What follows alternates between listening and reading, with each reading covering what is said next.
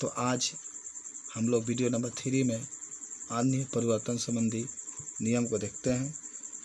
नियम नंबर 6 कहता है कि निकटता दिखाने वाले शब्दों में परिवर्तन करके उनके स्थान पर दूरी प्रकट करने वाले शब्द रख देते हैं। जैसे अगर कहीं नाव हो तो उसको हम लोग देन में चेंज करते हैं, दिस हो तो डाइट में चेंज करते हैं, दीज हो तो दोज में चेंज करते हैं, हियर हो तो देयर में चेंज करते हैं, थस है तो गो सो में चेंज करते हैं, कम है तो गो में चेंज करते हैं।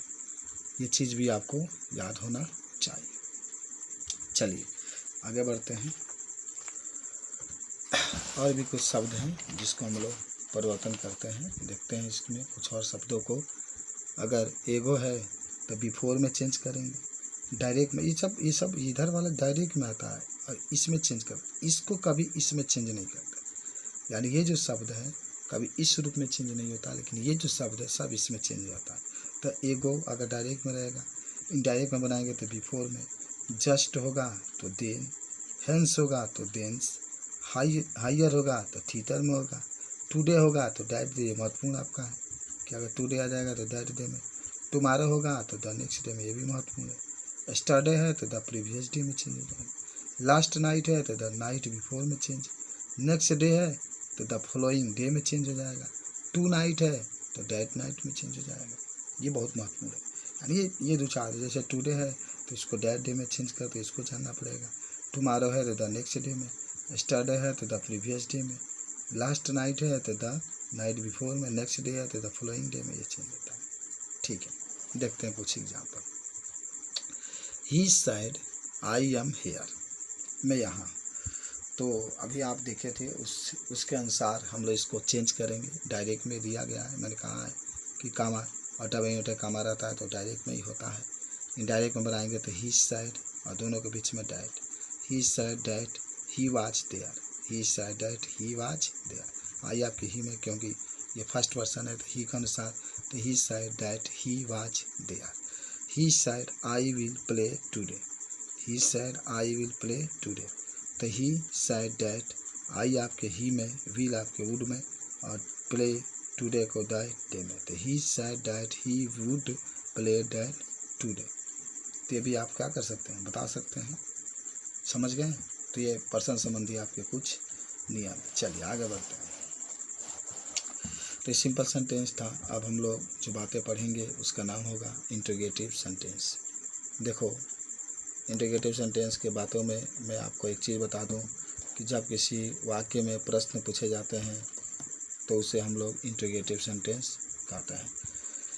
इसके अंत में क्वेश्चन मार्क जरूर होता है। क्वेश्चन मार्क आपके इस तरीके से लगे होते हैं। तो देखिए, कर सकते हैं WH टाइप या इंट्रोगेटिव सेंटेंस को इनडायरेक्ट में बदलने के लिए निम्नलिखित नियम को ध्यानपूर्वक पढ़िए।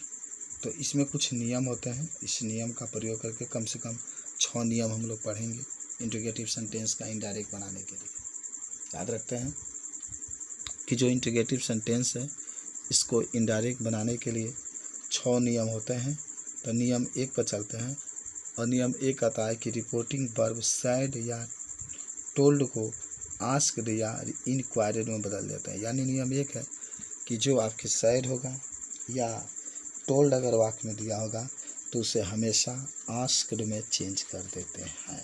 ठीक है, तो नियम 1 याद होना चाहिए, सैड को या टोल्ड को हमेशा आस्क्ड में चेंज कर देते हैं। पहला नियम आपको याद हो गया है। दूसरा नियम आपका कहता है कि डैट नामक कंजक्शन का प्रयोग नहीं करते हैं। समझे? जो डैट है उसका हम लोग इस्तेमाल नहीं करते हैं। इसके जगह पर हम इफ़ का या विदर का इस्तेमाल करते हैं। यह भी बात याद होना चाहिए कि जो इनडायरेक्ट बनाते हैं तभी आप देख रहे थे कि डैट का प्रयोग करते हैं, लेकिन इंट्रोगेटिव सेंटेंस में डैट का प्रयोग कभी नहीं करते हैं। इसके जगह पर जो होता है इफ़ या विदर का प्रयोग करते हैं। ठीक है। नियम नंबर 3 है कि क्रिया, सर्वनाम आदि संबंधी नियमों का सहायता लेते हैं। जो नियम आप पहले पढ़ रहे थे, जगह पहले आप परिवर्तन कर रहे थे सिंपल सेंटेंस में, उसी तरीके से आप इंट्रोगेटिव सेंटेंस में भी परिवर्तन करेंगे। याद रखिए, जिस तरीके से हम लोग सिंपल सेंटेंस में हम लोग प्रयोग करते हैं उसी तरीके से इंट्रोगेटिव सेंटेंस में भी जो नियम होता है उसका हम लोग प्रयोग करते हैं। चलिए नियम नंबर 4, इनडायरेक्ट में प्रश्नवाचक चिन्ह को हटा देते हैं। यानी नियम 4 ये होगा कि जब अगर इंट्रोगेटिव सेंटेंस है, जब आप उसका इनडायरेक्ट बनाएंगे तो जो क्वेश्चन मार्क होता है उससे हमेशा हम लोग क्या करते हैं, हटा देते हैं। यानी जो क्वेश्चन मार्क होता है उसे हमेशा हम लोग हटा देते हैं। चलिए आगे नियम नंबर 5 देख लेते हैं। यदि रिपोर्टेड स्पीच का पहला शब्द कोई सहायक क्रिया हो तो इनडायरेक्ट बनाते समय इफ का प्रयोग करते हैं। यानी इसमें 2 तरीके के वाक्य होते हैं। पहला जो वाक्य है ये कहता है कि यदि रिपोर्टेड स्पीच सहायक क्रिया से शुरू हुआ हो तो हम इफ का प्रयोग करते हैं। अभी आप आगे जाएंगे, अगर प्रश्नवाचक शब्द से शुरू होता है तो इफ का प्रयोग नहीं करते हैं। लेकिन अभी हम लोग पढ़ रहे हैं कि यदि रिपोर्टेड स्पीच सहायक क्रिया से शुरू हो तो इफ का प्रयोग करते हैं। अब सहायक क्रिया होता क्या है थोड़ा मैं बता दूँ।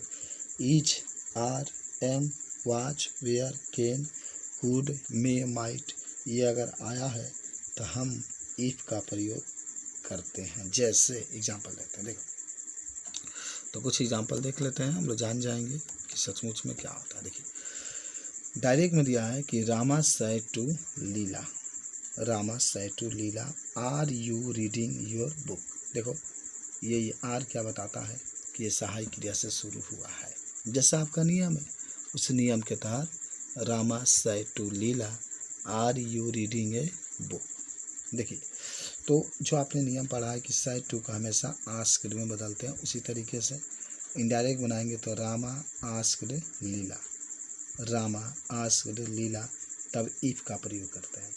और इफ के बाद सीधा सब्जेक्ट आएगा। एक बात जरूर याद रखिएगा, जब भी इफ होगा, यहाँ पर बताते हैं जब भी इफ होगा तो इफ के बाद सब्जेक्ट, तब आप हेल्पिंग वर्ब रखिएगा। तो इफ आया तो यू है, सेकेंड पर्सन है तो लीला के अनुसार लीला है। तो चलिए मान ली लड़की का नाम है तो सी में चेंज कर दीजिएगा, ये सी हो जाएगा। आर आपके वाज में, सी वाज रीडिंग, और लड़की है सी तो हर में चेंज हो जाएगा। जब यू था तो यूर था, यूर माने अपना, तो सी है तो हर, तो सी वाज रीडिंग हर बुक, तो हो जाएगा रामा आस्क्ड लीला। आस्क्ड इसलिए क्योंकि अंतिम में क्वेश्चन मार्क भी लगा, ये बात भी है, सहायक क्रिया से भी शुरू हुआ। यही तो पहचान होती है कि अगर वाक्य में क्वेश्चन मार्क लगा है तो हमेशा हम लोग साइड टू को आस्क में चेंज करते हैं। तो Rama asked Leela if she was reading her book. चलिए 2 नंबर देखते हैं कि Rana said to me, Rana said to me do you not work hard. तो आप एक बार फिर देखें, अंतिम में क्वेश्चन मार्क के डू से शुरू होता है। तो रामा सेड टू को आस्क में मी वैसे ही, रामा आस्क्ड मी इफ, और यू सेकेंड पर्सन है बाबू तो मी के अनुसार आई में, और डू डीड में, जैसे डू नॉट है तो डीड नॉट हो जाएगा, ठीक है। यानी Rama asked me if, you आपके आई में, डू आपके डीड नॉट, क्योंकि डू नॉट है प्रेजेंट इंडिफिट में, डीड नॉट होगा तो पास्ट इंडिफिट में, और वर्क हार्ड है तो वर्क हार्ड हो जाएगा। तो आपने देखा, क्या देखा, नियम नंबर जो आपने 5 पढ़ा कि सहायक क्रिया से अगर शुरू होता है रिपोर्टेड स्पीच तो हम इफ का प्रयोग करते हैं, और अगर प्रश्नवाचक शब्द से शुरू होता है तो हम लोग इफ का प्रयोग नहीं करते हैं। ये तो आगे आएगा। चलिए आगे देखते हैं नियम नंबर 6। देखिए तो तनी हम लोग नियम नंबर 6 भी देख लेते हैं। नियम नंबर 6 ये कहता है कि यदि रिपोर्टेड स्पीच के पहला शब्द how, what, where, why, when, who, which आदि में से कोई एक हो तो इनडायरेक्ट बनाते समय इफ या किसी और कंजंक्शन का प्रयोग नहीं होता है। याद हुआ, यदि रिपोर्टेड स्पीच का पहला शब्द how, what, where, why, when, who, which आदि में से कोई एक है तो इनडायरेक्ट बनाते समय इफ का प्रयोग नहीं होता। यानी अगर ये प्रश्नवाचक शब्द है सब, अगर प्रश्नवाचक शब्द से शुरू हुआ हो डायरेक्ट स्पीच तो हम इफ का प्रयोग नहीं करते हैं। ये भी नियम याद होना चाहिए कि यदि जैसे हाउ हुआ, चाहे वाट हुआ, चाहे वेयर या वाई या वेन या हु या विच, सब ये प्रश्नवाचक शब्द होता है। तो इसमें इफ का प्रयोग नहीं करते हैं, इसमें प्रश्नवाचक शब्द ही रहता है और ठीक इसके बाद से सब्जेक्ट आ जाता है। जो सब्जेक्ट होता है वो आ जाता है। तो समझते हैं थोड़ा सा एग्जाम्पल के द्वारा कि कैसे आप इसको बनाएंगे। देख भी रहे हैं तो आइए तो देखते हैं। देखिए, he said to me where does he go. देख रहे हैं ना, वेयर से शुरू हुआ है, यानी यह प्रश्नवाचक शब्द से शुरू हुआ है। तो जब हम इसका इनडायरेक्ट बनाएंगे ना, तो ही आस्क्ड मी वेयर के बारे रहेगा, तब सब्जेक्ट ही आ जाएगा और डज वगैरह सब हट जाएगा। डज से शुरुआत रखते नहीं नो, डज अभी डी नाट में बदलता तो उसके साथ नाट था, नाट नहीं है ना, तो बस वर्ब का पहला रूप आ जाएगा। तो यहाँ पर हो जाएगा वर्ब का दूसरा रूप पास्ट इंडेफिनिट में ही वेंट, यानी he asked me where he went. Okay, और एक और है कि I ask to Radhe, I said to Radhe how will you explain it. तो ये भी हाउ से शुरू हुआ है, प्रश्नवाचक शब्द से शुरू हुआ है। तो इसको ही बनाएंगे जैसे करें ना, I said to Radhe how will you explain it. तो आई सेड टू को आस्क्ड में, आई आस्क्ड राधे, हाउ को वैसे ही लिखेंगे, यू ही में, क्योंकि सेकेंड पर्सन है तो राधे के अनुसार ही में, विल वुड में, ही वुड एक्सप्लेन इट। तो I asked Radhe how he would explain it हो जाएगा। तो ये भी आपको जानकारी हो गया है। अब हम लोग चलते हैं कुछ आवश्यक नियम। तो यही होता है, अगर इफ का प्रयोग करना होगा तो वह आपके शुरू होगा तब प्रयोग करेंगे, और नहीं होता है तो नहीं करेंगे। चलिए, यदि नियम 1 आपका कहता है कि यदि रिपोर्टेड स्पीच के हिंदी अर्थ में सर्वप्रथम क्या आया हो तो इनडायरेक्ट में इफ या विदर का प्रयोग होना, अन्यथा नहीं करना। जो आपकी इच्छा हो, वाट आ गया, अगर क्या आ गया तो आप विदर का या विफ दोनों में से कोई प्रयोग कर सकते हैं। जैसे एग्जाम्पल में आप देख रहे होंगे कि एग्जाम्पल में कह रहा है कि डायरेक्ट स्पीच में कि I said to you are you writing a letter. तो इनडायरेक्ट में बनाया गया, तो आई वैसे ही रखेंगे। सेड टू है तो आस्क्ड में, I asked you, if whether you और आर आपके वे आर राइटिंग ए लेटर। आप इफ का भी प्रयोग करिए या विदर का भी प्रयोग करिए, वाट आ जाए तो दोनों में से आप किसी का भी प्रयोग कर सकते हैं। अच्छा, सेकेंड देखते हैं। कहता है कि he said to Kamla where will you go. तो he asked Kamla where she would go, he asked Kamla where she would go. तो ये भी आप बना सकते हैं। चलिए, एक और नियम है, नियम नंबर 2 आपका कहता है कि प्रश्नवाचक वाक्यों को इनडायरेक्ट बनाते समय रिपोर्टिंग स्पीच के सहायक क्रिया को उसके उचित टेंस में बदलकर मुख्य क्रिया के पास रख देते हैं। एग्जाम्पल से देख लेते हैं इसको। कहता है इसमें एग्जाम्पल में कि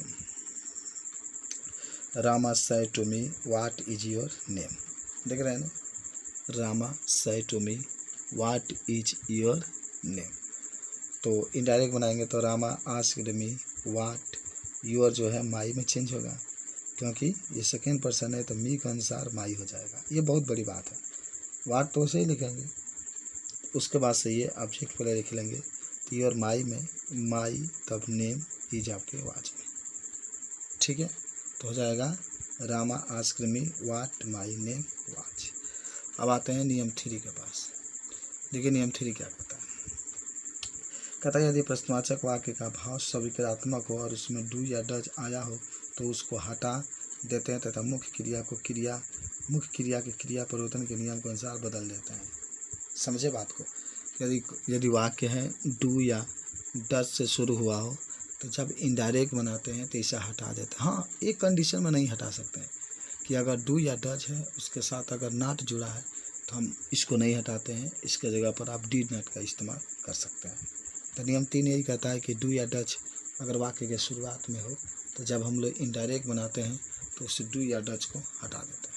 चलिए, नियम नंबर तो ये 3 था। नियम नंबर 4 देखते हैं।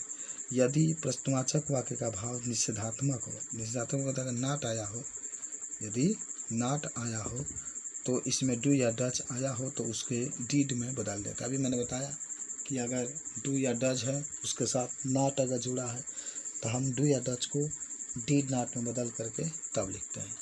और नियम नंबर 5 है, यदि प्रश्नवाचक वाक्य में डीड का प्रयोग हो तो इसे हैड में बदल देते हैं और वर्ब का तीसरा रूप लगा देते हैं। ये सब नियम याद होना चाहिए। यदि प्रश्नवाचक वाक्य में डीड का प्रयोग हो तो इसे हैड में बदल करके वर्ब का तीसरा रूप लगा देते हैं। तो इस तरीके से तीसरा नियम भी आप बता सकते हैं। फिर हम लोग वीडियो नंबर, अब इसके बाद से जो हम लोग पढ़ेंगे वह वीडियो नंबर 4 में, और 4 में हम लोग जो पढ़ेंगे इम्परेटिव सेंटेंस से। धन्यवाद।